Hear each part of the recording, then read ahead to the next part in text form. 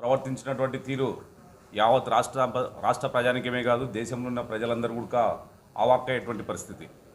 ఎందుకంటే ఒక దేవుని ఫోటో పట్టుకొని చెప్పులు వేసుకొని శాసనమండలిలో నిరసన తెలిపి ఆ ఫోటోలు అక్కడ పడేసిపోయినటువంటి విధానము దేశంలో ఉన్నటువంటి హిందువుల మనోభావాలంతా దెబ్బతినే విధంగా వైసీపీ నాయకులు ప్రవర్తించినటువంటి తీరు చాలా బాధాకరమైనటువంటి తీరు. కేవలం జగన్మోహన్ రెడ్డి ఈ రాష్ట్రంలో అశాంతి భద్రతలు ఏ విధంగా తీసుకురావాలి, కులాల మధ్యన మతాల మధ్యన చిచ్చు పెట్టి ఏ విధంగా తన పబ్బం గడుపుకోవాలి అనే విధంగానే ఆయన డైరెక్షన్లోనే వాళ్ళ సభ్యులంతా కూడా ప్రవర్తించడం చాలా బాధాకరమైనటువంటిది.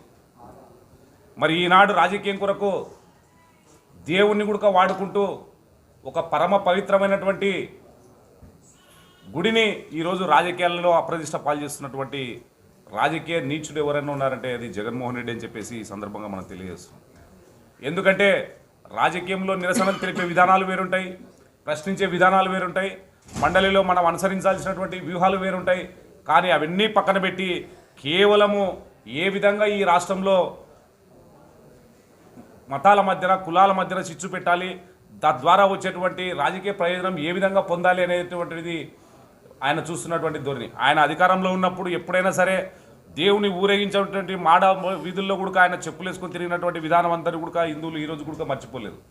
మరి ఆనాడు గుళ్ళ మీద జరిగినటువంటి దాదాపు ఏ గుడి మీద జరిగినా కానీ ఆయన ముఖ్యమంత్రి హోదాలో ఉండి ఇది తప్పు అని ఖండించినటువంటి దాఖలాలు లేవు. మరి దాదాపు ఈరోజు తెలుగుదేశం పార్టీ ఎన్డీఏ కూటమి ప్రభుత్వం అధికారంలోకి వచ్చిన తర్వాత ఈరోజు అభివృద్ధి చెందుతుంది. రాష్ట్రం అంతా కూడా చంద్రబాబు నాయుడు నాయకత్వంలో తెలుగుదేశం, జనసేన, బీజేపీ కూటమి బలపడితే మా రాజకీయ భవిష్యత్తు ఉండదనే ఉద్దేశంతోనే ఈరోజు ఆయన చేస్తున్నటువంటి రాజకీయ కార్యక్రమాలు ఈ విధంగా ఉన్నాయి. కాబట్టి అందరూ కూడా దీన్ని రాష్ట్ర ప్రజానికమే కాదు దేశంలోనే ప్రజలందరూ కూడా గమనిస్తున్నారు. జగన్మోహన్ రెడ్డి గారు ఇటువంటి పద్ధతులు శ్రీ వెంకటేశ్వర స్వామిని రాజకీయాల కోసం వారు కించపరుస్తూ దేవుని విషయంలో ఆ విధంగా ప్రవర్తించడం కోట్లాది మంది హిందువుల మనోభావాలను దెబ్బతీసే విషయంగా పరిగణిస్తూ ఈరోజు వారి చర్యను ఖండిస్తూ ఈ సమావేశం ఏర్పాటు చేయడం జరిగింది. గతంలోనే వారు 7 కొండలు ఎందుకు 3 కొండలు చాలన్నందుకు దేవుడి ఆగ్రహానికి వారు గురయ్యారనే విషయం అందరికీ కూడా తెలుసు. అంతేకాకుండా ఈ మధ్య కాలంలో వాడిగా వేడిగా జరుగుతున్న చర్చ మరి తిరుమల ప్రసాదం అంటే అత్యంత ప్రీతికరంగా భావించే ప్రసాదాన్ని కూడా మరి వారు అనేక రకాలుగా కల్తీతో కూడుకున్న వ్యవహారం జరుగుతున్న తరుణంలో కూటమిలో భాగంగా రాష్ట్ర ప్రభుత్వానికి రాత్రి పగలు నిధులు వరదలై పారుతూ నిరంతరం అభివృద్ధి చెందుతున్న ఈ రాష్ట్రాన్ని వారు ఏదో ఒక రకంగా అప్రతిష్ట పాలు చేయాలి, పెట్టుబడులు రాకుండా చేయాలి, వారి వైపు అటెన్షన్ తీసుకోవడం కోసం వారు చేస్తున్న ఈ రాజకీయ కార్యక్రమాలను దేవుణ్ణి వాడుకోవడం చాలా తప్పు. ఇది అందరూ కూడా ఖండించదగిన విషయం. ఈ విషయంలో దేవుడు ఆగ్రహానికి వారు గురైనందువల్లే 11 సీట్లకు పరిమితమయ్యారు. రాబోయే కాలంలో శాసనసభలో కానీ శాసన మండలిలో కానీ ప్రాతినిధ్యం లేని విధంగా వారు చేసుకుంటున్నారని చెప్పి కూడా ఈ సందర్భంగా తెలియజేస్తున్నా. రాష్ట్రంలో వైఎస్ఆర్ కాంగ్రెస్, దేశంలో కాంగ్రెస్ పార్టీ ఈ దేశానికి రాష్ట్రానికి పట్టిన క్యాన్సర్ లాంటివి అని చెప్పి ఒకసారి మనమందరం కూడా గుర్తు చేసుకోవాల్సిన అవసరం ఉంది. రాబోయే ఎన్నికల్లో తప్పనిసరిగా ఇవన్నిటికీ పాపాలు పండి వారు కనుమరుగవుతారని చెప్పి తెలియజేస్తూ రాజకీయాల కోసం దేవుణ్ణి ఈ రకంగా వాడుకోవడం పద్ధతి కాదు, సభా సాంప్రదాయాలకు విరుద్ధం. తప్పనిసరిగా ఇలాంటి ప్రయత్నాలు ఇంకొకసారి చేయకూడదని చెప్పి తెలియజేస్తున్న మీడియా ముఖంగా ఇలాంటి ప్రయత్నాలు పవిత్రమైన పటాన్ని పట్టుకున్నప్పుడు చెప్పులు వేయకుండా మామూలుగా తీసుకొని వస్తాము. అది కూడా ప్రజలకు సంబంధించినటువంటి ఒక కౌన్సిల్లో ఏదైతే దాని మీద ఒక చర్చ జరుగుతున్నప్పుడు ఆ చర్చలో డైవర్ట్ చేయడానికి కేవలం రాజకీయ ఉనికిని కాపాడుకోవడానికి ఆ రోజంతా కూడా వెంకటేశ్వర స్వామి పటాలు తీసుకొచ్చి ఆ యొక్క పటాలను కూడా చూపిస్తూ ఈ యొక్క కింద చెప్పులతో కొంతమంది, షూస్తో కొంతమంది వచ్చారు. చేసిన తప్పు కళ్ళకు కట్టినట్టు కనపడుతున్నా అన్ని వీడియోలలో చూపిస్తూ ఉన్నారు, ప్రతి ఛానల్లో చూపిస్తూ ఉన్నారు. మరి ఇన్ని చూపించినా లేదు, మేము ఎలాంటి చెప్పులు వేసుకొని పోలేదు, మేము ఆ పని చేయలేదు, తప్పుడు పని చేయలేదని చెప్పేటువంటి ఈ నీచులకు కళ్ళ ముందర కనపడుతుంటే యావత్ భారతదేశమే కాదు ప్రపంచంలో ఉండేటువంటి హిందువులు, అన్ని కులాల వారు, అన్ని మతాల వారు దీన్ని కూడా తప్పుగా పరిగణిస్తుంటే వాళ్ళు కళ్ళు కట్టినా ఇప్పుడు ఇంకా బుకాయిస్తున్నారు. అంటే వాళ్ళకు మతి శ్రమించిందా, మతి భ్రమించిందా, మీరు ఏ లోకం నుండి మాట్లాడుతున్నారని అడుగుతా ఉన్నాం మేమందరం కూడా. వేదికలు ఏవైనా ఉండొచ్చు, నువ్వు వేదికలో చర్చించాల్సినప్పుడు వేదిక మీ దగ్గర ఉన్నటువంటి మీ ఎక్కడైతే షరతులు ఉన్నాయో దాని మీద మేము ఎప్పుడు కూడా చర్చకు రెడీ అంటున్నాము. రండి, మీరు డెబిట్ పెడదాము, ఛాలెంజ్ చేస్తాము. రమ్మని చెప్పినప్పుడు కూడా లేకుండా తప్పుదోవ పట్టడానికి వచ్చి కేవలం పోస్ట్ పోన్ చేయడానికి మాత్రమే వీళ్ళు వస్తూ ఉన్నారు. ఆ రోజు కల్తీ నవిలో కొవ్వు లేదన్నారు, కొవ్వు ఉంది అని చెప్పి, కొవ్వు కలిసిన మాట వాస్తవం అని చెప్పి వాళ్ళ సభ్యులే చెప్పారు, సుబ్బారెడ్డి గారు చెప్పారు, ఇంకొకరు చెప్పారు. వాళ్ళందరూ కూడా కొవ్వు, కల్తీ కొవ్వు ఉంది, దాంట్లో కలిసినాయని చెప్పి, కొవ్వు కాదు రసాయనాలు కలిసినాయని చెప్పి కొన్ని దాంట్లో వచ్చినాయి, రసాయనాలు కూడా కలిసినాయి అంటున్నారు. ఇన్ని జరిగినా, ఇన్ని విషయాలు తెలిసినా మీరు ఎందుకు ఈ విధంగా వింటున్నారో చెప్పాలి. జగన్మోహన్ రెడ్డి గారికి భక్తి అంటే, దేవుడు అంటే భయం లేదు, ఏ రోజు హిందూ సాంప్రదాయాలు పాటించలేదు. తను కానీ తన భార్య కానీ ఏ రోజైనా తిరుమలకు పవిత్రమైనటువంటి ఒక సాంప్రదాయము, హిందువుల మనోభావాలకు కానీ ఎక్కడైనా కానీ కూడా పోతే ఒక దేవుడికి బట్టలు తీసుకొని పరమాత్మకు పోతే ఈయన ఒక్కడు దేవుడు బట్టలు తీసుకొని వెళ్తాడు. ఎందుకు నీ భార్య రాలేదు? అదేవిధంగా డైరెక్టర్ రాయాలి, నువ్వు ఎంట్రన్స్లో నీకు ఏంటి, ఏ కులం రాయాలంటే దాన్ని కూడా ఆయన పట్టించుకోడు. ఎవడేం చేస్తే నాకేమున్నాయి, నన్ను ఎవరు పట్టించుకుంటారు అంటే ఇంత అహంకారం మంచిది కాదని చెప్తా ఉన్నాను. ఎవడమైన భగవంతుడు అంటే అందరికీ కొంతమంది అన్ని రకాల దేవతలతో అన్ని రకాల మనం కూడా గుడులకు పోతాము, చర్చిలకు పోతాము, దేవాలయాలకు పోతాము, భగవంతుడిని ప్రార్థిస్తాము, అందరూ చేస్తారు. ఏ కులం ఎవరికి ఉన్నాయో వాళ్ళకి గొప్పగా ఉంటుంది. అటువంటిది కాకుండా ఈరోజు తనకు ఏది నచ్చితే అదే నేను చేస్తాను, మీరు ఎవరు చెప్పడానికి? కనీసం ఇంత పెద్ద వయసు ఉన్నటువంటి, ఇంత అనుభవం కలిగినటువంటి బొత్స సత్యనారాయణ ఉన్నాడు, కనీసం అతను ఉన్నటువంటి ఇంత అనుభవం గల నాయకుడు, మరి ఆయనైనా చెప్పాల్సిన బాధ్యత లేదా? ఆయన కూడా బయటకు వచ్చి బుకాయిస్తున్నాడు, మేమేం చేశాము, మా వాళ్ళు చెప్పులు వేసుకోలేదు, మీరు అవి చెప్తున్నారు, ఎక్కడున్నాయి చూపించరి. అరే చూపిస్తాడంటే రీళ్ళల్లో ఫోటోలలో చూపించింది కూడా కాదు అంటే ఎవరు చరిత్ర కలిగిన వాళ్ళు, ఎవరు ఏ విధంగా ఉన్నారో చెప్పాలి. మళ్ళీ వారి కుటుంబం కూడా ఈరోజు ఎవరైనా సాంప్రదాయాలు కూడా ఒకదాన్ని కూడా వాళ్ళు లేకుండా పడుతున్నారు. అదేవిధంగా శ్రీవారి ఆలయంలో ఈ యొక్క నామస్మరణ తప్ప వేరేది వినిపించకూడదు. అటువంటిది తన చిన్నమ్మ చేత ఏం చెప్పాడు, జగన్ రెడ్డి రచిత గోవింద.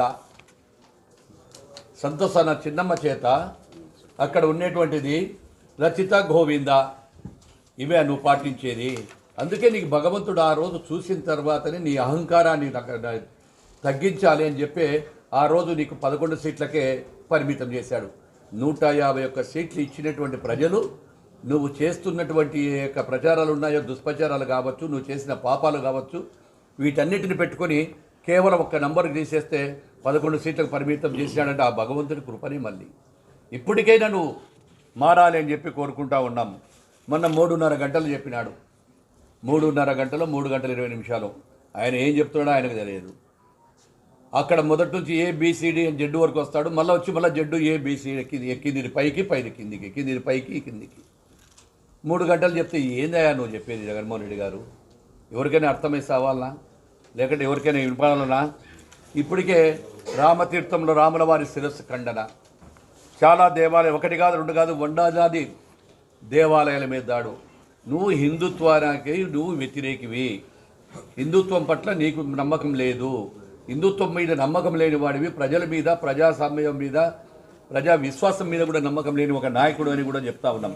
వీళ్ళందరికీ భజన పరులు, మాజీ ఎమ్మెల్యేలు, ప్రస్తుతం 11 మందిలు కౌన్సిల్లో అయితే వాళ్ళు చేయని దుర్మార్గమే లేదు. కౌన్సిల్లో ప్రతిరోజు ఏదైనా మేము చెప్తామని చెప్పి మా నాయకులు కానీ మేము కానీ ఇస్తే ఏ ఒక్కరోజు కూడా ఆ ఛాలెంజ్లకు రావడం లేదు. మళ్ళీ ఆఖరికి టీటీడీ నిధులను కూడా మళ్లించారు. ఆ రోజు తిరుపతి నగరపాలక నుంచి కోట్ల రూపాయలు కూడా చేయడం జరిగింది.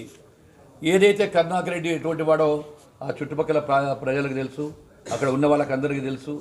ఏ ఒక్కరోజు కూడా అటువంటి వానికి తిరుమల తిరుపతి దేవస్థానం బోర్డు మెంబర్ చైర్మన్గా చేశారు. ఆ చైర్మన్ కూడా ఇచ్చినటువంటి ఉండాలని చేస్తున్నారు.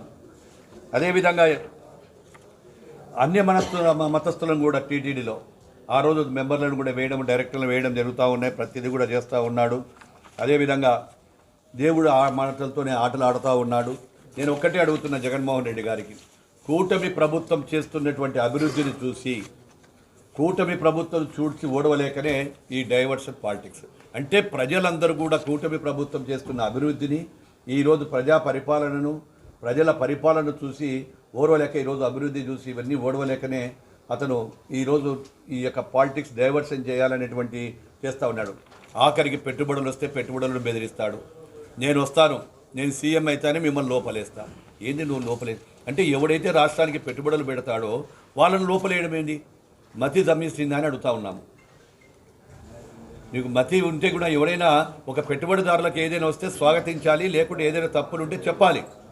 అటువంటిది లేకుండా పెట్టుబడిదారులను బెదిరిస్తే నేను జైలుకి వేస్తా, మిమ్మల్ని వస్తే మీ మీద చూస్తానని కేవలం రాజకీయ ఉనికిని కాపాడుకోవడానికి, ఏ రోజైతే వాళ్ళ గ్రాఫ్ తగ్గిపోతూ ఉందో రోజు రోజుకు, ఇటు కూటమి ప్రభుత్వం ఏదైతే మా అభివృద్ధిని, మా యొక్క సంక్షేమ పథకాలను రెండు సమానంగా చేసుకుంటూ పోతుంటే ఆ గ్రాఫ్ పెరుగుతూ ఉంటే ఆ గ్రాఫ్ను తగ్గించాలనే ఉద్దేశంతోనే ఈరోజు రాజకీయ ఉనికిని కాపాడుకోవడానికి చేస్తూ ఉన్నారు. నువ్వు కాళ్ళు కింద పెట్టినా పైన పెట్టినా ప్రజలంతా చూస్తూ ఉన్నారు, వాళ్ళ ఉనికిని చేస్తూ ఉన్నారు. ఆఖరికి ఒక ఛాలెంజ్ చేశాం. ప్రజలు మనల్ని గెలిపించారు, ఒక అసెంబ్లీని వేదిక ఇచ్చారు. ఆ అసెంబ్లీ వేదిక ఏంటి? కౌన్సిల్లో కానీ అసెంబ్లీలో కానీ ప్రజల సమస్య, మా తప్పులుంటే మీరు చెప్పండి, మీ తప్పులుంటే మేము చెప్తాము, మా పరిపాలన మీద ఏదైనా విశ్వాసం కానీ ఇంకోటి కానీ మీరు అవిశ్వాసం పెట్టాలనే ఒక వేదికలు ఉన్నాయి, వాటి మీద చెప్పండి అంటే అది ఎప్పటికి రారు. ఏ రోజు ఛాలెంజ్ చేస్తున్నాం. మళ్ళీ ఇప్పుడు జరిగేటువంటి లడ్డూ కల్తీది కావచ్చు, ఇప్పుడు జరిగేటువంటి మత కేసుల మీద కావచ్చు, నిన్న మీ బూట్ల దాని మీద దగ్గర జరిగినటువంటిది కావచ్చు, రండి కౌన్సిల్కి వస్తారా, రమ్మనండి నాయకుడిని. లేదు మీరు వస్తారా అసెంబ్లీ సాక్షిగా మీకు ఉండేటువంటి రండి, సవాలు విసురుతున్నాం. రేపు అసెంబ్లీలో చర్చ పెడదాం. వీడియోల ఆధారంగా వీడియోలు చూపించి మీరు చేసిన తప్పులేంటి, పాపాలేంటి, గత 5 సంవత్సరాల్లో మీరు చేసిన పాపాలేంటి, ప్రతి ఒక్కదాని మీద చర్చ పెడదాం. సవాల్ విసురుతున్నా నేనే. జగన్మోహన్ రెడ్డి గారు అసెంబ్లీకి రా, ప్రజల రుణంతో తింటున్నావు, ప్రజల జీవితాలతో ఆడుకుంటున్నావు, ప్రజల జీతాలు తీసుకొని ఈరోజు ప్రజల సొమ్ముతో కొలుకుతున్నటువంటి మీకు ఈరోజు మాట్లాడే హక్కు కానీ మమ్మల్ని విమర్శించే హక్కు కానీ లేదని చెప్తా ఉన్నాం. ఏది ఏమైనా ప్రజలు వారికి బుద్ధి చెప్తారు. భగవంతుడు ఈరోజు వెంకటేశ్వర స్వామిని కూడా కోరుకుంటున్నాం. స్వామి మీకు చేతులెత్తి ముక్కుతున్నాం వెంకటేశ్వర స్వామికి, వాళ్ళ మనసు మార్చాలని, వాళ్ళ మనసు మార్చండి, వాళ్ళ బుద్ధి బాగుండేటట్టుగా చేయమని చెప్పి కూడా భగవంతుని కోరుకుంటా ఉన్నాం.